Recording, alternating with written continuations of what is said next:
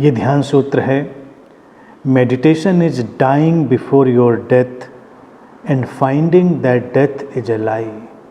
ध्यान अपनी मृत्यु के पहले मर जाना है और इस बात को जान लेना है कि मृत्यु एक झूठ है।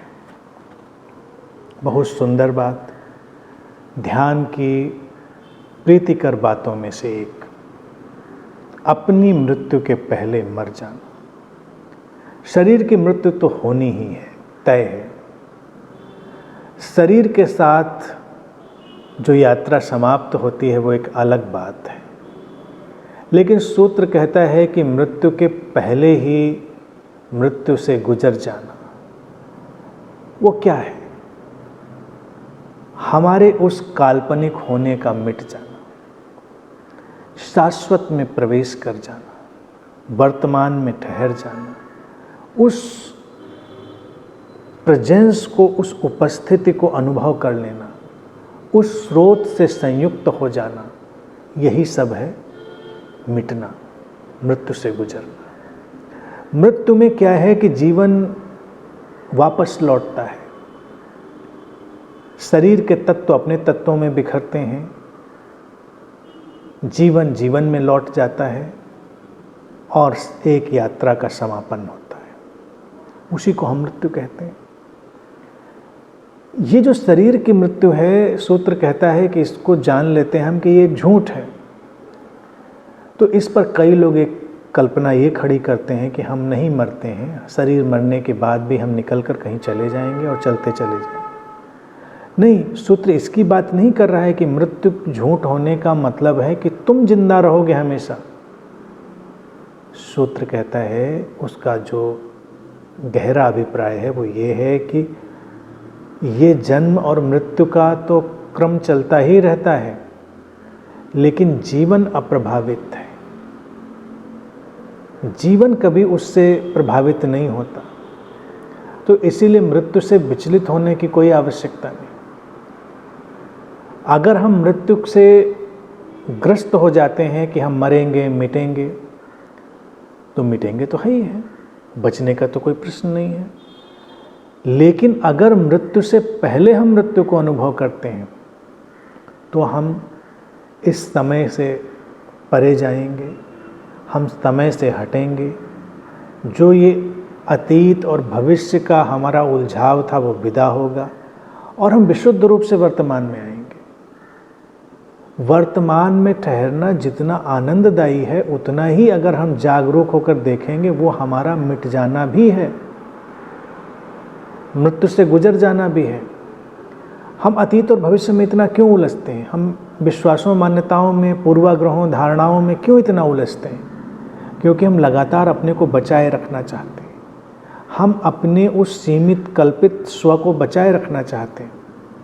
ध्यान में वो सीमित कल्पित स्व नहीं बचता, वो केवल हमारा होना बचता है, और वो है एक सेंस ऑफ प्रेजेंस, होने का अनुभव। वर्तमान में अगर हम आए तो वो सेंस ऑफ प्रेजेंस आएगा, वो होने का अनुभव आएगा। तो वो घटना हो गई मृत्यु के पहले मर जाना।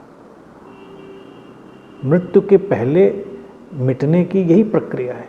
और फिर जितनी बातें हमने कही उन पर अगर ध्यान देंगे तो भी हमको लगेगा उस समय हमारा होना तो बहुत प्रगाढ़ होता है, बहुत इंटेंस होता है, बहुत गहरा होता है, लेकिन उसमें सीमाएं नहीं होती, उसमें हमारा काल्पनिक हस्तक्षेप नहीं होता। जैसे तुम गहरे मौन में जाओ, तुम निःशब्द में ठहरो, तुम दो विचारों के बीच ठहरो, तुम वर्तमान में ठहरो, तुम उपस्थिति में ठहरो, तुम जीवंतता में ठहरो। जितने भी पोर्टल हैं, यानी जितने भी आयाम हैं स्व में प्रवेश करने के, अपने रियल सेल्फ में, वो सब एक ढंग से मृत्यु की प्रक्रिया ही है। नींद में हम रोज जाते हैं तो इसीलिए भारतीय दर्शन में ये भी कहते हैं कि वो भी एक अस्थाई मृत्यु है, टेम्परेरी डेथ है।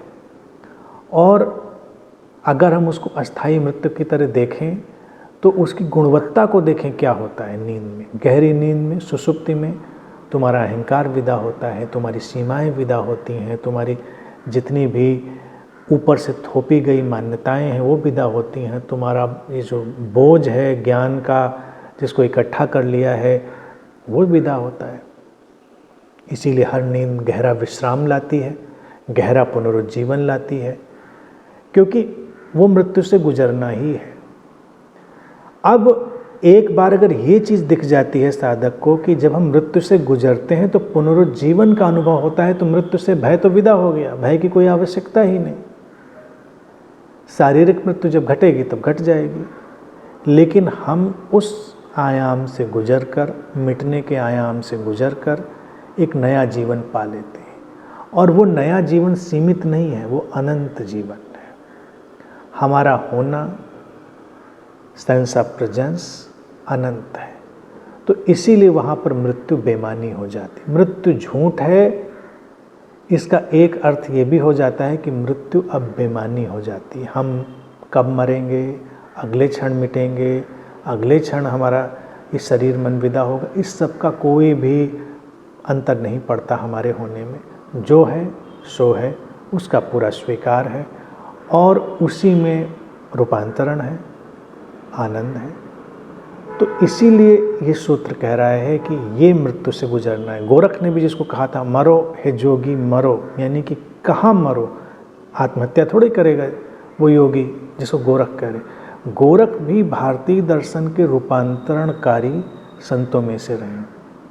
जो बहुत प्रचलित मान्यताएं थीं उनको उन्होंने धूल से उठाकर झाड़ा पोंछा, नए अर्थ दिए। तो उन्होंने मृत्यु को भी नया अर्थ दिया, उन्होंने तंत्र को नया अर्थ दिया।